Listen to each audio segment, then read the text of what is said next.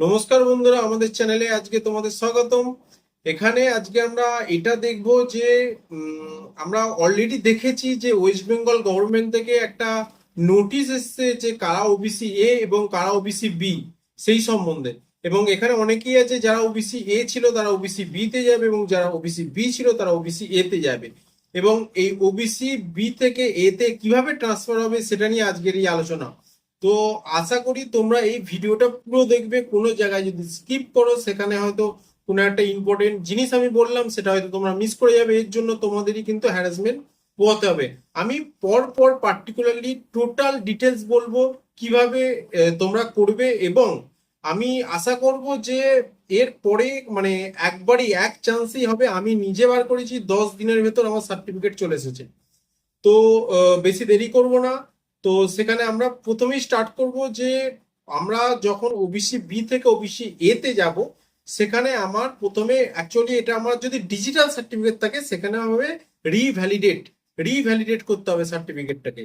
তো তার জন্য কি করতে হবে যে আমাদের বাবার যে ইনকাম সার্টিফিকেট আছে, যদি সে নর্মালি কোনো গভর্নমেন্ট সার্ভিসে না থাকে তাহলে সে অলরেডি অঞ্চলে গিয়ে তো বা মিউনিসিপ্যালিটিতে গিয়ে সে সার্টিফিকেট পেয়ে যেতে পারবে। তো যারা অঞ্চলে গিয়ে সার্টিফিকেট তুলবে তাদের জন্য কিন্তু আবার ই ডিস্ট্রিক্টে গিয়ে, ওয়েস্ট বেঙ্গলের ই ডিস্ট্রিক্ট যে ওয়েবসাইট আছে সেখানে গিয়ে বিডিওতে অ্যাপ্লাই করতে হবে ইনকাম সার্টিফিকেটের জন্য। কারণ হলো সাধারণত মিউনিসিপ্যালিটি এবং বিডিও এই দুটো সার্টিফিকেটই কিন্তু সাধারণত আমি যেটা দেখেছি গ্রাহ্য করছে। কোনো কোনো জায়গায় আলাদা হতে পারে, কিন্তু আমার এখানে যেটা হচ্ছে সেটা বলছি। এবং আমি আশা করব যে সবাই বিডিওর জন্য সার্টিফিকেট করেই যেও। কারণ হলো অনেক সময় এরকম হতে পারে যে বিডিও সেখানে গেলে এবং তারা বলছে যে আমার বিডিও সার্টিফিকেট চাই, সুতরাং কোনো দরকার নেই ঝুট ঝামেলায় যাওয়ার। তো তোমরা একটা বিডিওর ইনকাম সার্টিফিকেট বের করে নিয়েই যেও। বিডিওর ইনকাম সার্টিফিকেট বার করতে গেলে কি কি লাগবে?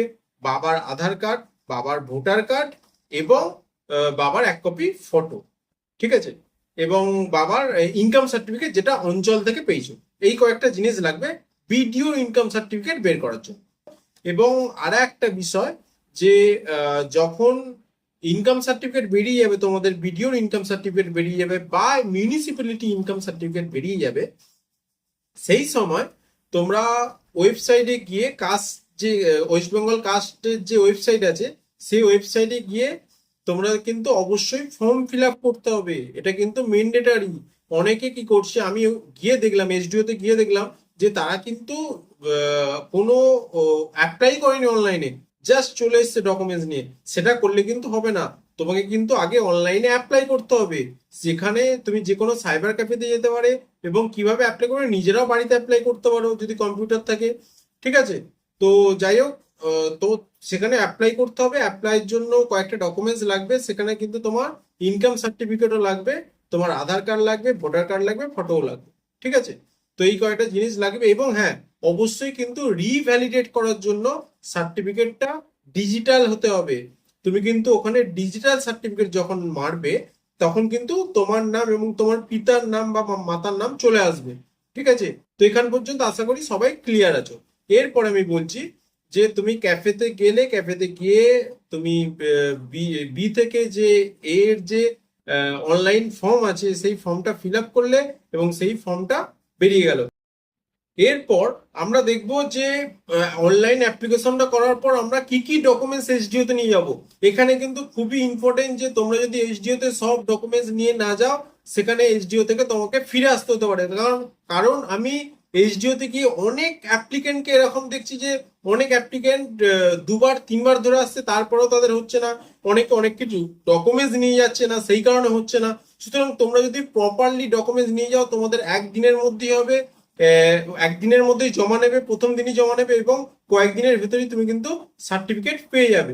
এবং শেষকালে আমি তোমাদের খুব তাড়াতাড়ি যদি তুমি সার্টিফিকেট পেতে যাও সেটারও একটা আইডিয়া আমি তোমাদের অবশ্যই বলে দেবো, ঠিক আছে। তো এখানে প্রথমে আমরা দেখে নেবো কি কি লাগবে। অ্যাপ্লিকেন্টের অ্যাপ্লিকেশন ফর্ম লাগবে যেটা তুমি অনলাইনে ফিল আপ করেছো। এরপরে লাগবে হলো একটা দরখাস্ত যেটা এসডিও কে অ্যাড্রেস করা থাকবে এবং সেখানে সাবজেক্টে ওবিসি বি থেকে ওবিসি এ ক্যাটাগরিতে যাওয়ার জন্য আবেদনপত্র, এবং অবশ্যই ডিজিটাল সার্টিফিকেট নম্বর ওখানে কিন্তু উল্লেখ করতে হবে। ঠিক আছে, তো এরপরে লাগবে রেসিডেন্টিয়াল সার্টিফিকেট, যেটা তুমি পঞ্চায়েত থেকে বা মিউনিসিপ্যালিটি থেকে পেয়ে যাবে অলরেডি।